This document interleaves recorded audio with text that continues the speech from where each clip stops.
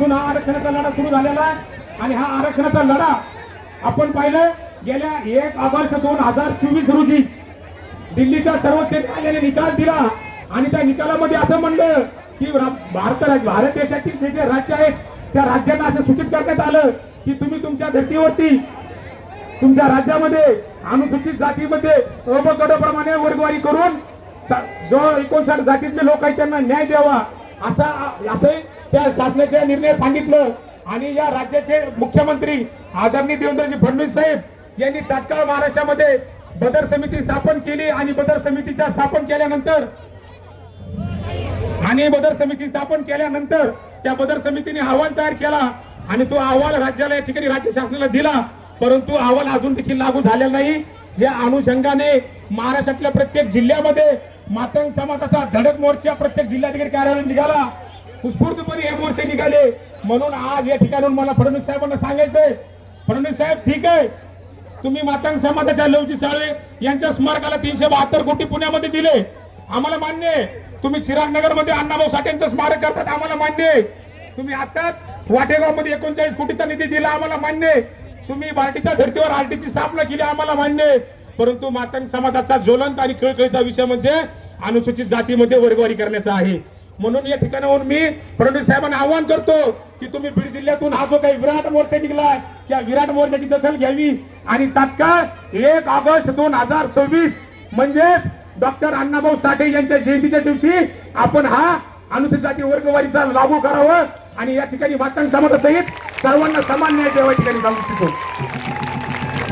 त्याचबरोबर या ठिकाणी मी सांगतो आपल्या महाराष्ट्रात रिकामे खाली आणा भावानं, अरे तुम्हाला हे आपले पोरं खाली घ्या ना सगळ्याला, हे पोरं हो खाली घ्या सगळ्याला, चला विशाल बघायला घ्या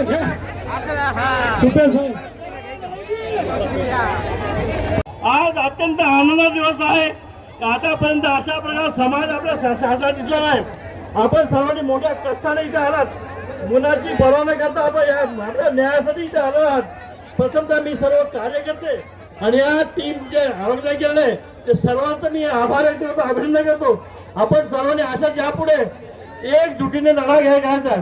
आपल्याला जोपर्यंत आपला हक्क प्राप्त होत नाही तेव्हापर्यंत आपण असं एकजुटीने राहायचं असं मी सर्वांना विनंती करतो आणि माझे 2 शब्द समोर धन्यवाद विनंती करतो। 2 शब्द मनोगत व्यक्त करा। शांतीचा संदेश देणारे तथागत गौतम बुद्ध,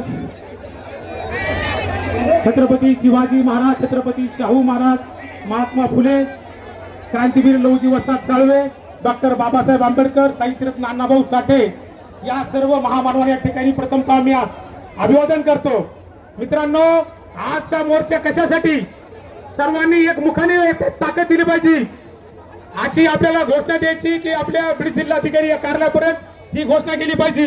जय लहूजी, जय लहूजी, जय लहूजी, जय भीम, जय भीम, जय भीम, जय भीम। मित्रांनो, आपण पाहतो आपल्या बीड जिल्ह्यामध्ये गेल्या दीड महिन्यापासून आरक्षण कृती समिती आहे ती गेल्या 1.5 महिन्यापासून तुमच्यापर्यंत पोहोचत आहे।